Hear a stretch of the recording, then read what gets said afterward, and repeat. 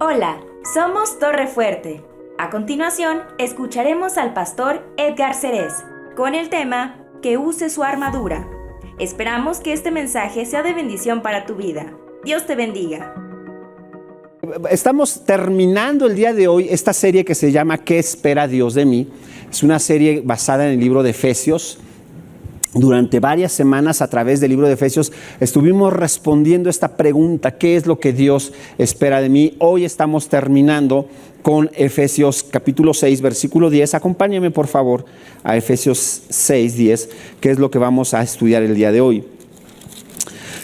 Probablemente este pasaje que vamos a leer es uno de los pasajes más conocidos. Si usted tiene una vida cristiana ya de tiempo, de años, o si usted empezó desde pequeño, ¿se acuerda cuando lo llevaban a la escuela dominical, a la escuela bíblica de vacaciones?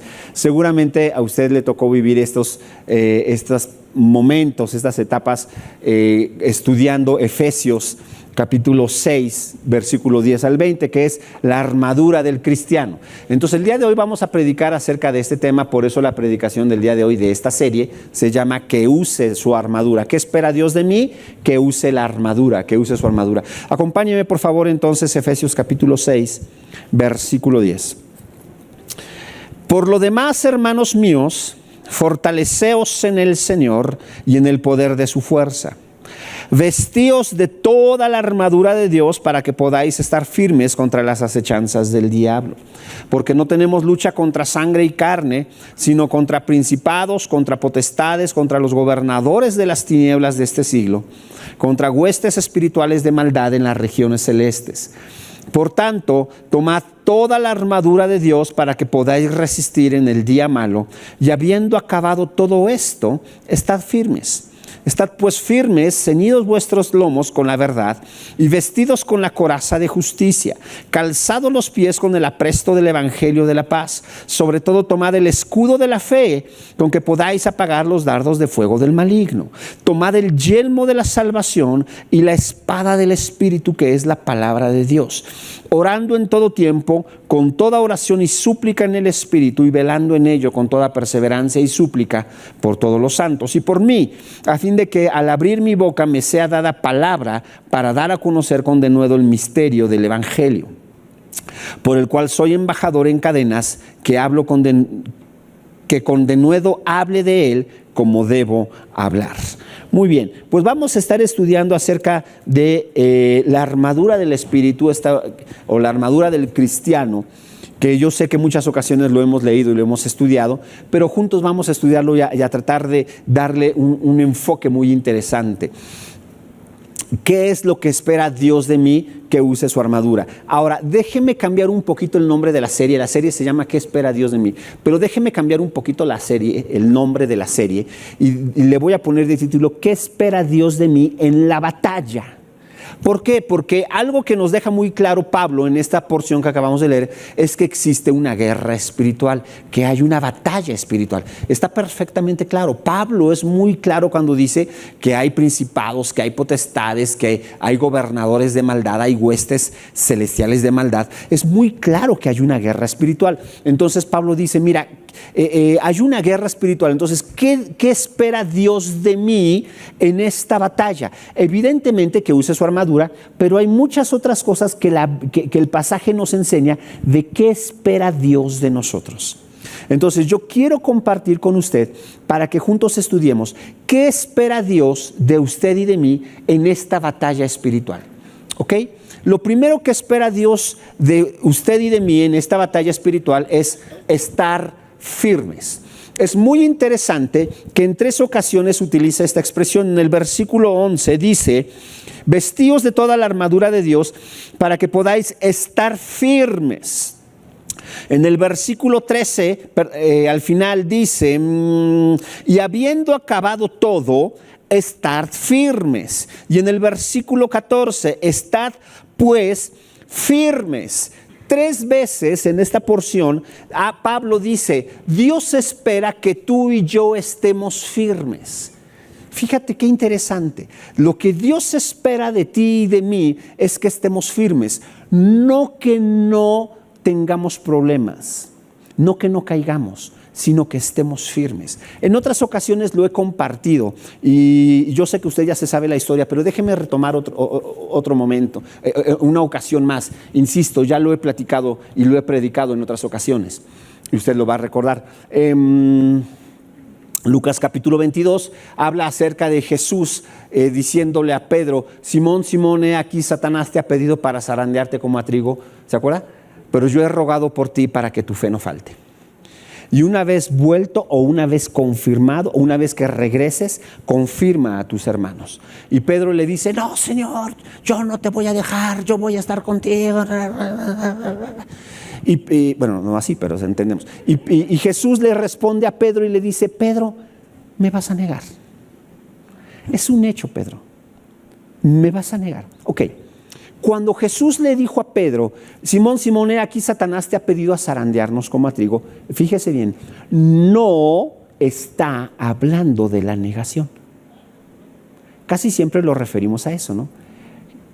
Simón, Simón, aquí Satanás te ha pedido para zarandearte como a trigo. Se está refiriendo a la negación. No, no se está refiriendo a la negación. Porque la negación la menciona después. Y la negación la menciona como un hecho. Cuando Jesús le dice a Pedro que lo va a negar, le dice: me vas a negar. No le dijo: mira, hay posibilidades de que me niegues, Pedro. No lo veo muy bien, no estoy muy seguro. 50-50, chance me niegas, chance no lo sé todavía, Pedro, pero algo va a suceder. No, Jesús se lo dijo como un hecho, porque Jesús conocía el futuro. Pedro, me vas a negar. Por lo tanto, cuando Jesús le dice: Simón, Simón, o Pedro, Pedro, Satanás te ha pedido para zarandearte como trigo, pero yo estoy orando por ti para que tu fe no falte. Cuando Jesús le está diciendo: estoy orando por ti para que tu fe no falte, ¿a qué se refería? No puede ser que se refiera a la tentación, perdón, a la negación. Porque si se refiere a la negación, perdón, pero entonces tendríamos que decir que la oración de Jesús fue ineficaz. Pedro, yo estoy orando para que cuando venga la tentación no me niegues. ¿Y qué crees? Lo negó. Como lo negó, ¿eso qué significa? Que la oración de Jesús fue ineficaz. No puede ser, ¿verdad? Por lo tanto, Simón, Simón, yo estoy rogando por ti para que tu fe no falte, no se refiere a la negación. Déjeme parafrasear entonces. Jesús lo que le está diciendo a Pedro es: mira, Pedro, me vas a negar. No, Jesús, me vas a negar, Pedro. O sea, yo lo sé. No te estoy preguntando, no te estoy diciendo que no. Me vas a negar. Pero en la negación, Satanás se va a querer aprovechar de ti y te quiere zarandear como trigo. Dice la palabra que cuando Pedro negó a Jesús, lo negó, las 3 veces que lo negó, la última ocasión, dice la Biblia que como no le creían que él no había andado con Jesús, dice la Biblia que empezó a maldecir. ¿Qué? ¿Yo andar con Jesús? A ver, ¿están diciendo que yo era discípulo de ese hombre? No, espérame, no es cierto porque... ¿Quién sabe qué dijo? Pero el escritor nada más se puso a maldecir. ¿Qué dijo? ¿Cómo maldijo? No lo sabemos. Pero dice la Biblia que Pedro empezó a maldecir. No puede ser, por supuesto que yo nunca he estado con eso, ni lo conozco. Y en ese momento la mirada de Jesús se cruza con la mirada de Pedro. ¿Te imaginas lo que había en el corazón de Pedro? Híjole. Me vio cuando lo estaba negando. A eso se refería Jesús. Ese momento en el que tú vas a fallar, Pedro, Satanás va a llegar, te va a tomar y te va a empezar a zarandear como trigo. ¿No que muy discípulo? ¿No que ibas a llegar con él hasta el fin? ¿No que ibas a dar tu vida? ¿Dónde está?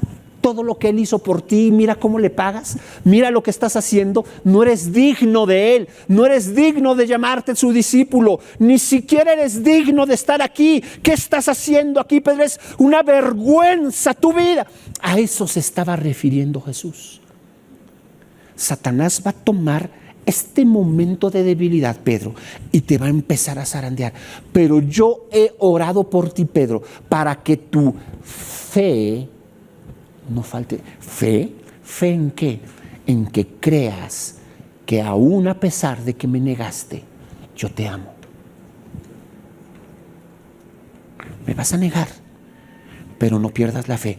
Yo te sigo amando, te voy a perdonar. Satanás te va a zarandear como trigo, pero yo estoy orando por ti, Pedro, para que tu fe no falte. Pregunta: ¿Pedro sobrevivió a ese momento de traición de parte de él? Sí, por lo tanto la oración de Jesús fue eficaz. ¿Se da cuenta? Jesús no estaba hablando de la negación. Jesús estaba hablando de las consecuencias de la traición y de la negación de Pedro. Pedro, yo voy a orar por ti para que tu fe no falte. Y cuando tú te hayas recuperado de esto, tienes que estar firme y tienes que confirmar a tus hermanos. Eso es lo que le estaba diciendo Jesús. Eso es lo que Jesús espera de ti y de mí. Oye, yo sé que vas a fallar. Yo sé que vas a caer. Pero lo que yo espero de ti, en primer lugar, es que estés firme. Que tengas la firmeza de decir: sí, Señor, me equivoqué. Perdón, pequé, pero me quiero levantar. Quiero estar delante de ti y demostrarte que te amo. Y que tú me restaures así como restauraste a Pedro. ¿Te imaginas el momento de debilidad de Pedro? No eres nada, no vales. Así como cuando usted y yo pecamos, ¿por qué no nos hagamos y pecamos, no? De vez en cuando. No eres nada, no vales nada. ¿Dónde están tus promesas? Eres un mentiroso. Jesús cuidó a Pedro, cuidó su fe. Y dice la Biblia que después, cuando Jesús se le aparece en el mar de Tiberias, le pregunta, ya se sabe la historia: Pedro, ¿me amas? 3 veces: Pedro, ¿me amas? ¿Me amas? Pedro, a ver, Pedro, ¿me amas? Y cuando Pedro le dice: sí, Señor, sí te amo, Señor. ¿Cuál es la respuesta de Pedro? ¿Me amas? Entonces, ¿por qué me traicionaste, Pedro? ¿Por qué me negaste? No. ¿Qué fue lo que le dijo Jesús? Pedro, ¿me amas? Sí. Ok, entonces cumple el propósito por el cual te llamé. Pastorea mis ovejas. Porque cuando yo te llamé, Pedro, cuando Jesús llamó a Pedro, ¿qué le dijo? Te voy a hacer pescador de hombres. Pedro, si en verdad me amas, cumple el propósito por el cual yo te llamé. Cúmplelo. Fallaste, pero mantente firme. Cúmplelo. Eso es lo primero que Dios espera de nosotros, que espera de ti y de mí, que estés firme. ¿Has fallado? Sí. Dios lo sabe. ¿Tú crees que Dios no se dio cuenta? Pues ahí estaba. Permanece firme. Pide perdón. Alíneate con Dios y permanece firme. Lo primero que Pablo dice es: estemos firmes en el Señor. Ahora, ¿cómo puedo estar firme? Vamos a ver qué es lo que nos enseña el pasaje. Ok, tengo que estar firme. ¿Cómo le hago? Versículo 10, ayúdenme a leer. Vamos a ver 3 formas en las que el pasaje nos dice que debemos estar firme. La primera, versículo 10. Por lo demás, hermanos míos, fortaleceos en el Señor. Esta expresión en el Señor es la misma que utiliza en el capítulo 6, versículo 1. Cuando dice fortaleceos en el Señor y en el poder de su fuerza, muchas veces nosotros lo que hacemos es que lo vemos desde un punto de vista muy emocional, ¿no? Fortaleceos en sí, vamos a fortalecernos y vamos a gritar y en el nombre de Jesús. A mí me encanta gritar, y usted lo sabe, pero no se refiere a eso Pablo. Cuando dice fortaleceos en el Señor, es la misma expresión que está utilizando enfatizando en el 6:1 cuando dice: hijos, obedeced en el Señor a vuestros padres. Hace 2 o 3 semanas que me tocó predicar, compartí eso y explicaba, cuando dice obedeced en el Señor, ¿qué significa? Que el padre o la madre y el hijo, los dos, deben estar bajo la autoridad de Dios. A eso se refiere en el Señor. De tal manera que cuando Pedro dice fortaleceos en el Señor, lo que está diciendo es: tu fortaleza está cuando estás debajo de la autoridad de Dios. Entiende que necesitas fortalecerte, pero el fortalecimiento llega cuando estás debajo de Él, cuando dependes totalmente de Él. Tu fortaleza en el Señor no significa que te pongas a gritar y a echar fuera chamucos. Significa, reconoce que estás bajo su autoridad. No sé si a usted le pasó en la secundaria, cuando yo iba a la secundaria hace algunos ayeres, nunca faltaba en toda generación de la escuela el chico que era medio golpeador, ¿no? Que a todos le pegaba. Lo más sabio que tú podías hacer es hacerte amigo de él, porque sabías que te iba a proteger y que te iba a cuidar, y de repente te querían bulear, pues ya le decías a tu amigo: oye, es que me está molestando, y ya, te defendía. Ok. Algo así se refiere cuando dice fortaleceos en el Señor. Juan el Bautista dijo: detrás de mí viene, hablando de Jesús, detrás de mí viene uno que es más poderoso que yo. Él es más poderoso que yo. Juan el apóstol, en primera de Juan capítulo 4, dijo: ayuno en vosotros, ayuno en nosotros, que es más fuerte que el que está en el mundo. Tenemos que reconocer que la fortaleza viene de Dios, no de nosotros. En el Señor significa, tengo que estar debajo de su autoridad. Número 1, entonces, ¿cómo puedo estar firme? Fortalécete en el Señor. Tienes que estar debajo de su autoridad. Número 1. Número 2, toma la decisión. ¿A qué me refiero cuando digo toma la decisión? Dios ya hizo su parte cuando nos entregó la armadura del cristiano, cuando entregó esta armadura espiritual, y ahorita lo vamos a ver. Dios ya hizo su parte, pero tú y yo tenemos que hacer nuestra parte. ¿Cuál es nuestra parte? Versículo 11 dice: vestíos de toda la armadura de Dios. No dice deja que Dios te vista. Dios ya te dio la armadura, pero vístete tú. Y el versículo 13 dice: por tanto, tomad toda la armadura de Dios. No dice deja que Dios la use por ti. No es una armadura para Dios. Dios no la va a usar, la vas a usar tú. Dios en su soberanía ha decidido en su soberanía ha decidido dar responsabilidad al hombre para tomar ciertas decisiones. Dios liberó al pueblo de Israel. En su soberanía decidió darle la tierra prometida. En su soberanía decidió llevarlo hasta la tierra prometida. Pero llegó un momento en que le dijo a Israel: ok, Israel, tú entra y conquístala. Es tu responsabilidad. Yo he sido soberano, yo te traje hasta aquí, pero te toca a ti entrar, te toca aquí conquistar. Entra tú y conquista tú. Dios en su soberanía nos ha dado la armadura del cristiano, nos ha dado esta armadura espiritual de la que vamos a hablar más adelante. Pero llega un momento en el que Dios dice: ok, tómala tú, úsala tú. No es para mí, es para ti. Úsala. Usa toda la armadura que te he dado. Es una cuestión de decisión que tú tienes que hacer. Y por último, dice, utiliza 2 expresiones. En el versículo 11 habla acerca de las acechanzas del diablo.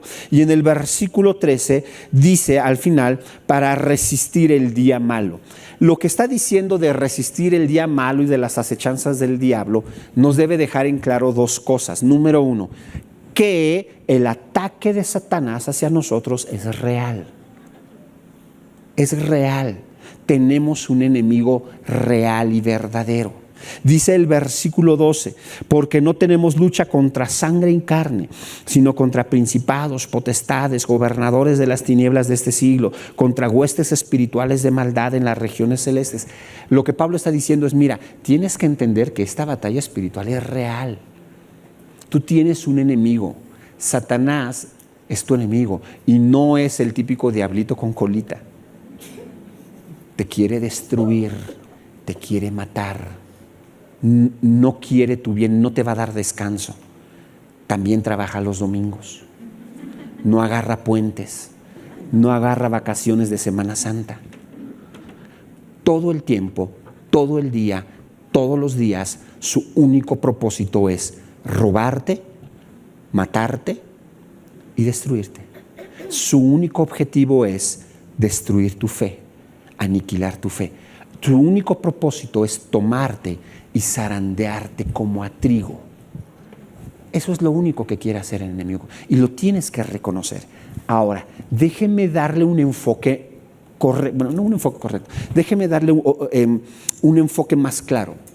Esto lo debemos entender y no es el único pasaje que habla acerca de esta realidad espiritual. ¿Cuál es el problema? Hay una batalla espiritual y no la podemos negar, ¿ok? Pero el problema, creo yo, es que el hecho de que entendamos que hay una batalla espiritual muchas veces nos hace confundirnos y nos hace pensar muy espirifláuticamente. ¿A qué me refiero cuando digo muy espirifláuticamente? Que cuando usted habla de que las acechanzas del diablo y el día malo, las huestes de maldad, pues, ay, nanita, sí es cierto, porque fíjate que la otra vez estaba en la casa y en serio se movió la muñeca.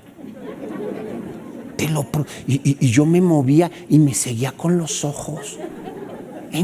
Hermano, no le estoy mintiendo. Es en serio. Y yo me movía para acá y hasta la cabecita movía. Ay, padre. Ya después me di cuenta que era mi hija. Bueno, estaba ahí. Pero pues es que no la veía bien. Pero pues yo... No. No necesitamos algo tan espirifláutico para entender, perdón por la expresión, para entender esto. Insisto, no estoy negando que existe, ¿eh? No estoy negando que lo hay. Por supuesto que lo hay. Pero usted no necesita caminar por el centro de la ciudad de Puebla, los que tenemos la bendición de vivir aquí en Puebla. Usted no necesita caminar por el centro de la ciudad de Puebla, por esas calles medio raras, y de repente toparse con un altar a la Santa Muerte. Ay, Dios mío, que hasta lo ve y te da, ahí sí sientes, te da ñañaras y dices, ay, Dios, se siente feo. Ok, tú no necesitas eso para estar en una guerra espiritual. ¿De qué viene hablando Pablo? En el capítulo 5 y en el capítulo 6, ¿de qué habló? En el capítulo 5 habló de las relaciones familiares. En el capítulo 6 habló de la obediencia de los padres a los hijos. Ahí está la guerra espiritual. Hijo, cuando tú estás en ese momento en el cual sabes que tu papá está equivocado y acaba de decir, no sé si te ha pasado, a mí nunca, acaba de decir algo. Y esto que acaba de decir tu papá, tú dices, ay, mijito, solito se contradijo con lo que me acaba de decir hace ratito. No, ya con esto ya, jaque mate. Uy, no, ya, le voy a tirar su argumento. Esa es tu guerra espiritual. Esa es tu batalla espiritual. No necesitas que la muñeca se mueva y le den vueltas a la cabeza. Tu guerra espiritual es cuando estás a punto de contestar y Dios te dice, no, hijo, obedece a tu padre en todo. Obedece. No, es que ahorita le voy, cállate, obedece. Esa es tu verdadera guerra espiritual. Cuando empieza la discusión con tu jefe y tú sabes que lo que le vas a decir, tu jefe te acaba de decir que cómo es que llegas tarde y tú le vas a decir, pero es que usted someteos a vuestros amos. Pero es que está buenísimo este argumento, con este lo mato y hasta me suben el sueldo, ¿verdad? No, sujétate, sométete. Da evidencia de tu vida cristiana. Esa es la verdadera guerra espiritual. La guerra espiritual, muchas veces cuando leemos versículos de la guerra espiritual, pensamos por eso decía, perdón por la expresión, a lo mejor no es la correcta y les ofrezco una disculpa, pero es la que uso. a veces lo pensamos tan espirifláuticamente que dejamos de lado la estrategia del enemigo. ¿Tú qué crees que va a hacer el enemigo para hacerte pecar, joven? ¿Tú qué crees que va a hacer? ¿Se va a aparecer un chamuco y te va a empezar a hablar, va a empezar a platicar contigo? No. ¿Tú crees que va a llegar un chamuco y te va a agarrar la mano? Ay, no puedo controlarla. Y agarre la botella. No, sí, no. Ah, bueno, pues ya. No. La guerra espiritual se da cuando empieza en tu mente. ¿Escuchaste lo que dijo tu papá? Contéstale. Ándale, contéstale. Y en ese momento, ¡pum!, mágicamente te acuerdas de, pero hace 4 días me dijo lo contrario. Ahí está tu guerra espiritual.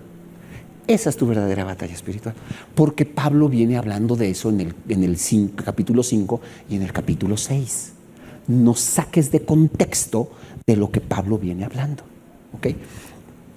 ¿Ok?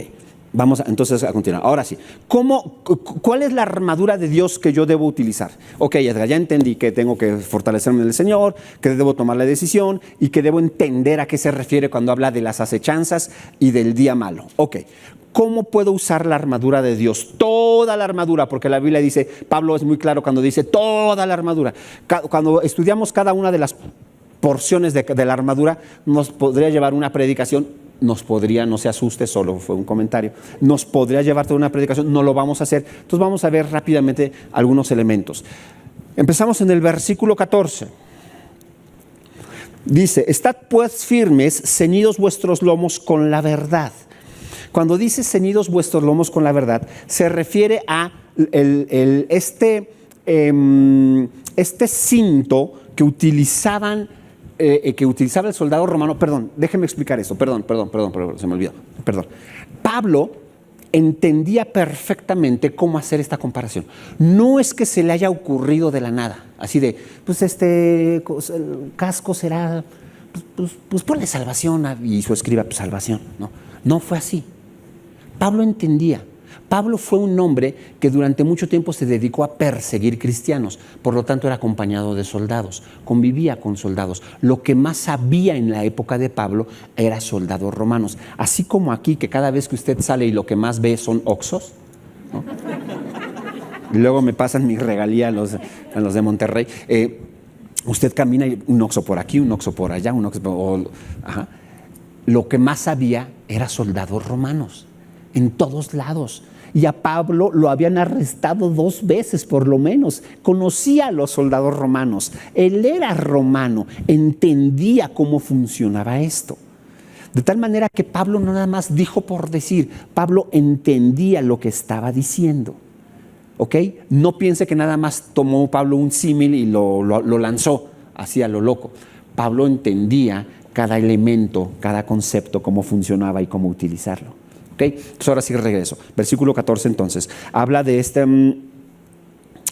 ceñidos vuestros lomos con la verdad. Lo primero que hacía el soldado es que en esta casaca que utilizaba, es tipo casaca que se ponía, la primera prenda que se utilizaba, la ceñía o la amarraba con este cinto. Y él dice, mira, este cinto es la verdad. Cíñete los lomos. Cuando dice cíñete los lomos, es la misma expresión en Job capítulo 42, cuando Dios habla con Job y le dice, no es cierto, Job capítulo 40, perdón, que Dios habla y le dice, a ver, ciñe tus lomos, como diciéndote, ponte el cinturón, fájate los pantalones, amárrate bien el cinturón, porque tú y yo vamos a hablar. Es la misma expresión. Entonces, cuando Pablo dice el cinto, a ver, fájate. Si tú te tienes que fajar con esto que te va a dar esta seguridad, esta certeza de ya me fajé, traigo bien fajados los pantalones. Ok, ¿qué es? La verdad. Fájate que si algo te va a amarrar, que si algo vas a tener, sea la verdad. ¿A qué verdad se refiere? A la verdad que mencionó en los versículos anteriores. Hijos, obedeced a vuestros padres. Eso es una verdad. Padre, no provoques a ira a tus hijos. Eso es una verdad. Someteos unos a otros en amor. Esa es una verdad. ámense como Cristo amó a su iglesia. Eso es una verdad. A esas verdades se refiere. Que si algo te va a distinguir es que tú entiendes las verdades del Evangelio. Es cierto que la verdad del Evangelio es que Cristo murió por nosotros, pero también hay otras verdades en el Evangelio como las que acabo de mencionar. Pablo había hablado de esas, entonces dice, mira, fájate con estas verdades, las verdades que están en los capítulos 5 y 6.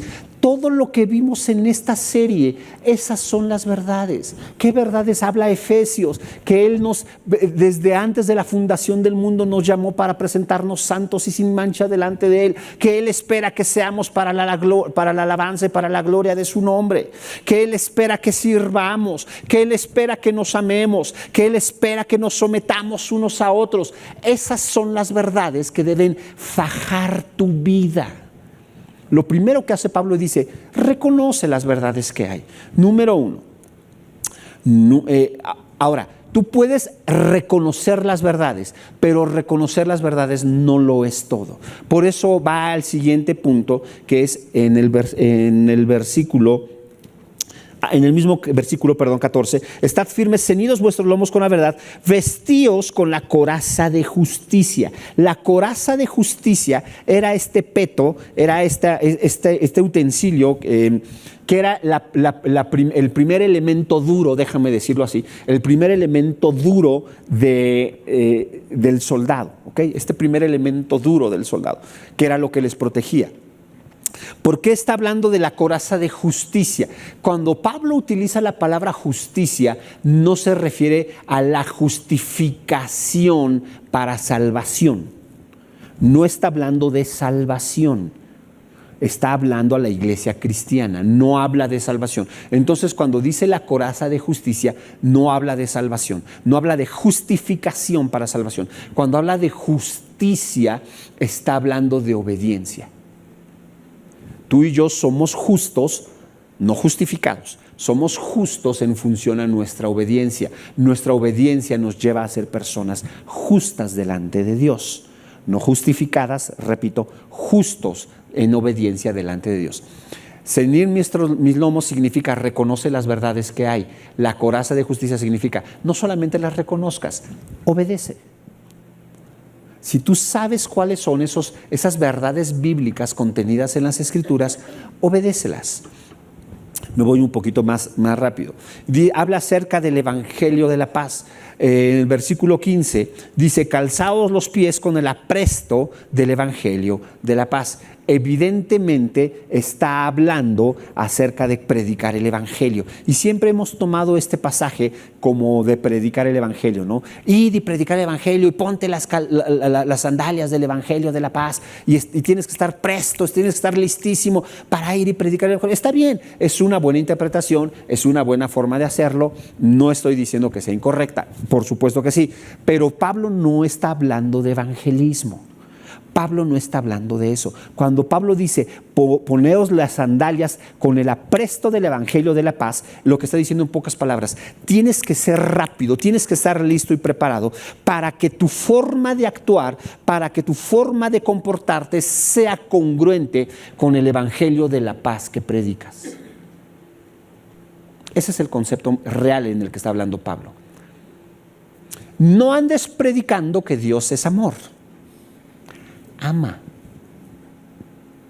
No estés predicando que Dios perdona los pecados. Perdona.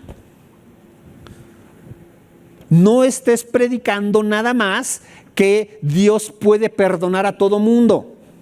Perdona a todo mundo. Empieza perdonando a tu familia. A eso se refiere Pablo. Ponte los calzados del Evangelio de la paz. Lo que dices que es Dios, hazlo. Sé rápido para vivir el Evangelio de la paz.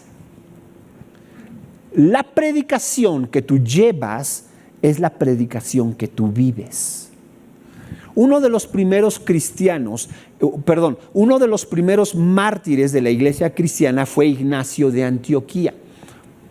Uno de los primeros, no el primero, pero fue uno de los primeros mártires. Ignacio de Antioquía, cuando lo anduvo anduvo huyendo porque lo querían atrapar para matarlo. Fíjese qué interesante. ¿Sabe cuál era uno de los principales problemas y dilemas y discusiones de la primera iglesia cristiana? ¿Saben cuáles eran sus discusiones en la iglesia cristiana? Una de las primeras discusiones fueron estas. A ver, si te están persiguiendo para matarte porque eres cristiano, ¿qué es lo correcto? ¿Huyes o te entregas? ¿Qué tipo de vida tenían que su mayor discusión entre ellos es, a ver, ¿qué es lo correcto? No, yo me entrego. Si me quieren matar, pues que me maten. Gloria a Dios. Pero había otros que decían, no, yo sí huyo, porque pues si puedo seguir predicando el evangelio, ¿para qué me voy a entregar a la muerte? De todos modos, si me van a agarrar cuando Dios quiera, pues huyo y ando predicando el evangelio. ¡Wow! Esas eran las primeras discusiones de la iglesia. Las discusiones no eran de, hermano, su pantalón viene muy rasgado, no puede entrar. Ay, me inventé. Oiga, hermano, como que lo veo como que usted no sonríe, como que no sabe usar la Biblia. ¿Qué pasó? Ay. Las primeras discusiones en la iglesia cristiana eran esas. ¿Nos entregamos a muerte o que nos atrapen? ¿Qué hacemos? ¡Wow! Bueno, me desvié del tema. Ignacio de Antioquía fue uno de los primeros mártires en la iglesia. Él sí estuvo huyendo, el de la corriente de los que huían, ¿no? Él estuvo huyendo y cuando lo atrapan, ¿sabes cuál fue su expresión? ¡Guau! ¡Qué bueno que me atraparon! Porque ha llegado el momento de dejar de decir que soy cristiano y demostrarlo. A eso se refiere Pablo. No andes predicando el evangelio de la paz. Ponte tus zapatitos y vívelo. No andes hablando. Ponte tus zapatos de tacón o tenis, lo que prefieras, pero vívelo, porque eso es lo que Dios espera de ti. Vive el evangelio que predicas. Y termino esta parte. Después en el versículo 16 dice, sobre todo, tomad el escudo de la fe con que podáis apagar todos los dardos de fuego del maligno. Tomad el escudo de la fe con que podáis apagar los dardos de fuego del maligno. Ok, ¿qué tiene que ver el escudo de la fe para que yo pueda apagar los dardos de fuego del maligno? Primero, vamos a entender, esta sí requiere que lo estudiemos un poquito más. ¿Cuáles son los dardos de fuego del maligno? ¿Cuáles son los dardos de fuego del maligno? Piensen un poquito. ¿Cuáles son esos dardos de fuego que el maligno... Ahí estoy viendo al hermano. ¿Cuáles son esos dardos? Insisto, no es la muñeca que de repente tú pasas y empieza a dar vuelta su cabecita. No, es que ahí está un dardo de fuego, ¿no? Hay muchas personas que en ocasiones le damos un valor y una autoridad, y esto ya lo había predicado en alguna ocasión, un valor y una autoridad a cosas que ni la Biblia misma ni Dios mismo se la da. ¿Sabes qué? Lo que pasa es que en el departamento el vecino de junto se compró un nuevo santo, un santo así, mano. Se me hace que por eso no estoy pudiendo dormir, porque el santo me está haciendo algo. ¿Sabes qué te está haciendo el santo? Nada. ¿Sabes qué es? Ya lo prediqué en alguna ocasión. ¿Sabes qué son los santos y las imágenes? Yeso, nada, no es nada. Dice Pablo en 1 Corintios, capítulo 8. No son nada, los ídolos no son nada. Hay un solo Dios, hay un solo Señor. Eso no es nada. El problema es que tú les estás dando valor, ¿no? Y lo ves y dices, ay, Madre Santa, Dios Padre Eterno, líbrame del fuego, Isaías, Jeremías, Lamentaciones, Ezequiel. Tú le estás asignando valor a algo que ni siquiera lo tiene. Y yo creo que el chamuco ha de ver y ha de decir, pues bueno, pues no soy yo, pero si tú dices que soy yo, pues dale. ¿No? Y al día siguiente, entonces cuando vas pasando de repente como que no quería, cuando no se da cuenta el vecino agarra así, Señor, en el nombre de Jesús, que se rompa ese, que se rompa ese ídolo en el nombre de Jesús. Esos no son los dardos de fuego del maligno. ¿Sabes cuáles son los dardos del fuego del maligno? Los que dije hace un momento. Un dardo de fuego es cuando de repente en una discusión en tu familia alguien dice algo que te ofende y que te molesta. Entonces el dardo de fuego del maligno, perdón por el ejemplo, es con mi amigo Isaac, que está hasta allá. ¡Fu! Y ¡pa! ¿A poco te vas a dejar? Espérame, ver, ¿quién es el esposo? ¿Quién tiene la autoridad? ¡No, hombre! ¿Cómo que dice que no? No, la Biblia dice que aquí. ¡Fu! Ese es el dardo de fuego. ¿Sabes cuál es el dardo? Ya nos están bombardeando aquí. Padre. Y no fue un santo, ¿eh? Bueno, sí, seguramente fue por un santo, ¿verdad? Sí, es cierto, está. Aquí en Cholula son resantíficos. Bueno, ok. O a ti joven, cuando de repente te das cuenta que tus papás te dicen, voy a salir, y después te habla por teléfono y te dice, oye, mijo, perdóname, es que voy a ir a cenar con mis amigas, que no sé qué, llego hasta las 10, y el dardo de fuego. ¿Dónde está un joven? Déjenme ubicar un joven. No está bueno.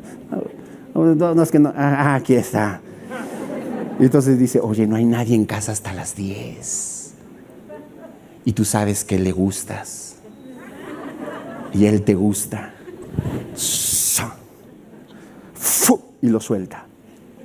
Esos son los dardos de fuego del maligno. No pienses en otra cosa que no es. A veces somos tan espirifláuticos que olvidamos la guerra real. Es que el enemigo y las huestes y potestades. A ver. Empieza primero no haciendo eso con tu novio que sabes que no es correcto. No inventes. Esa es tu guerra espiritual. Por favor. Tú sabes que estás pecando ahí. O sea, no quieras ir al centro de Puebla con un martillo a romper todos los santos. Empieza mandándole un mensaje a tu novio diciéndole no porque no es correcto. Esos son los dardos de fuego. Dice que el escudo de la fe permite dejar sin efecto los dardos de fuego. ¿Qué significa esto? No dice que ya no va a haber dardos de fuego. Dice que apaga los dardos de fuego, es decir, les quita el efecto. Pero tentación, ay, no, si yo los a veces hasta de a 4 flechas, ¿no? ¡Tras! Como hace ratito dices, ay Dios, ¿qué hago? Pero ¿por qué fe? ¿Por qué el escudo de la fe? ¿Por qué no el escudo de me protejo y no me pasa nada? ¿Por qué el escudo de la fe? ¿Por qué no el escudo de la honestidad? ¿Por qué no Pablo le llamó el escudo de la integridad? ¿Por qué el escudo de la fe? Por lo que expliqué cuando prediqué Efesios 6:1. Entender la autoridad me lleva a la obediencia. Yo obedezco porque entiendo la autoridad de Dios sobre mí, pero tengo que reconocer que hay ocasiones que aunque reconozco su autoridad, no quiero obedecer. Seamos sinceros. ¿Te es fácil obedecer? A mí no. No solamente no es fácil, no quiero. Hay cosas en las que no quiero obedecer.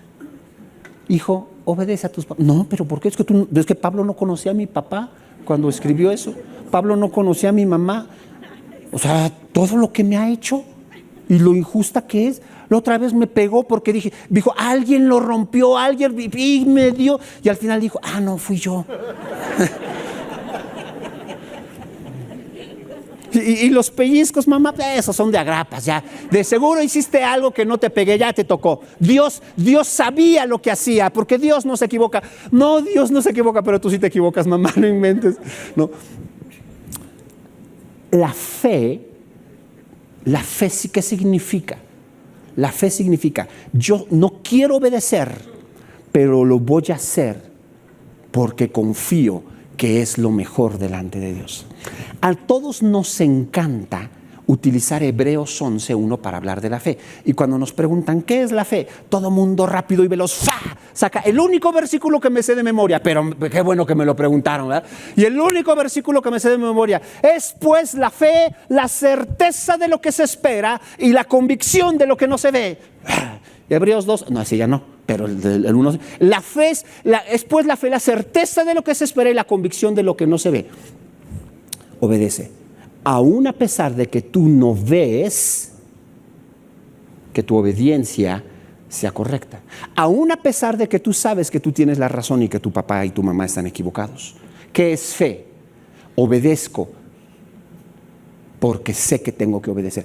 Confío en Dios. Confío que cuando Dios dijo, hijos, obedeced a vuestros padres en todo, Dios sabía lo que estaba diciendo a través de Pablo. Por lo tanto, Dios, no quiero obedecer. No, en verdad, Dios, no quiero obedecer, pero la fe es la que me hace ver las cosas que no son como si fueran.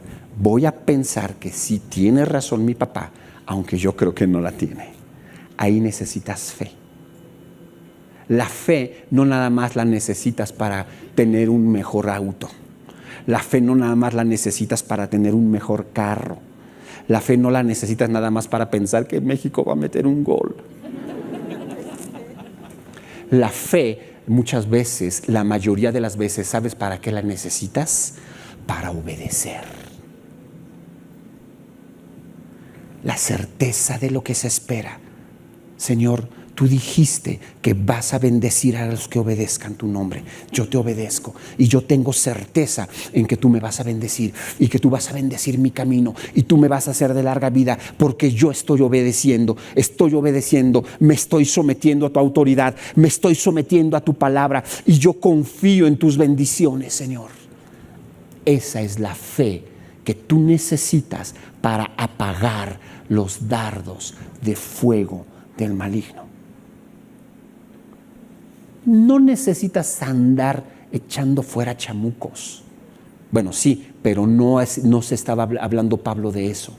No estoy negando ese nivel de batalla espiritual. Mucho ojo, no estoy negando que sea real. No estoy negando que existe, porque por supuesto que existe. No estoy negando que no es real. Por supuesto que es real. Lo único que estoy diciendo es, no vayas a la batalla allá cuando primero tienes que vencer la batalla acá. En tu casa, en tu familia, en tu vida. Y termina Pablo con los últimos 2 puntos. Habla acerca del yelmo de la salvación. Romanos 12:2, no os conforméis a este siglo, sino transformaos por medio de la renovación de vuestro entendimiento, para que comprobéis la buena voluntad del Señor agradable y perfecta. Permite que la salvación de Dios transforme tu forma de pensar, transforme tus procesos mentales, transforme tus presuposiciones. Número 2, y al final dice, y que utilicemos la espada del Espíritu. Es muy interesante que todos los elementos de la armadura que utiliza, la mayoría son para defenderte, a excepción de uno, la espada del Espíritu, que es la palabra de Dios.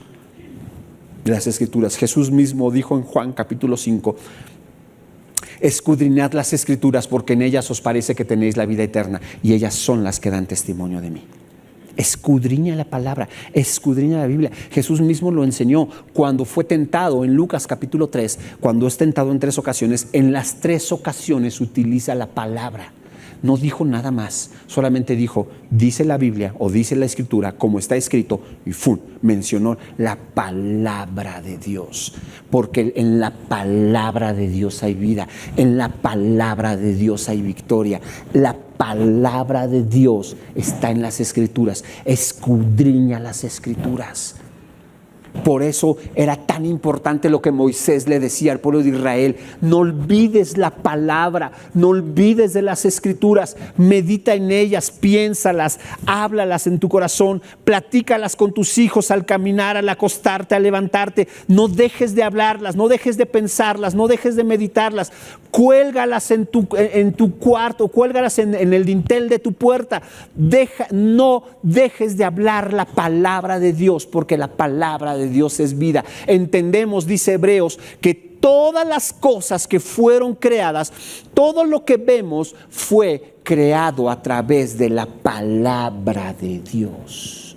Así de poderosa es la palabra. No te apartes de ella, no te alejes de ella. Si tú quieres ir a la guerra espiritual y lo único que tienes como arma es el único versículo que te sabes, Génesis 1:1, es como ir y sacar un cúter en la batalla espiritual. Escudriña la palabra, lee la palabra, busca alimento en la palabra. No sabes cómo hacerlo, no sabes cómo leerla. Acércate a nosotros, acércate a los cursos de Escuela de Desarrollo Cristiano. Busca formas y mecanismos a través de los cuales puedes leer la palabra. Y quiero terminar. El último versículo, Pablo dice: todo esto lo tienes que acompañar de oración, orando en todo tiempo en el Espíritu. Cierra tus ojos. Señor, en este momento oramos y te pedimos que tú nos guíes, Señor. Que tú nos des sabiduría de qué es lo que estabas queriendo enseñar al hablar de la armadura del cristiano. Señor, que muchas veces hemos perdido batallas tan básicas y tan simples y tan sencillas en nuestra vida, como es obedecer, como es tratar bien a los de nuestra casa, como es someternos en amor, como es no provocar a ira, como es dar ejemplo. Y nos estamos preocupando por otras batallas espirituales cuando no estamos ganando y triunfando en la batalla primera que tú nos pides, que es nuestro testimonio y nuestra vida. Señor, guíanos, danos sabiduría y, Señor, pon en nosotros esta necesidad de estar orando persistentemente. Persistir en oración y en ruego y en súplica por todos los santos, por todos nosotros. Ayúdanos, Señor, a enfrentar esta batalla. Gracias, Dios, porque tú a través de esta serie nos has enseñado qué esperas de nosotros. Capacítanos, habilítanos, Espíritu Santo, para dar aquello que tú anhelas y que tú deseas de nosotros. En Cristo Jesús. Amén. Gracias por escuchar este mensaje de la Palabra de Dios. Para más información acerca de Torre, llámanos al 2222-253026 o escríbenos al correo info@torrefuerteib.org. Visita nuestra página web www.torrefuerteib.org. Te invitamos a seguirnos en nuestras redes: Facebook, IB Torre Fuerte, Instagram, Twitter y Telegram, Torre Fuerte IB. Dios te bendiga.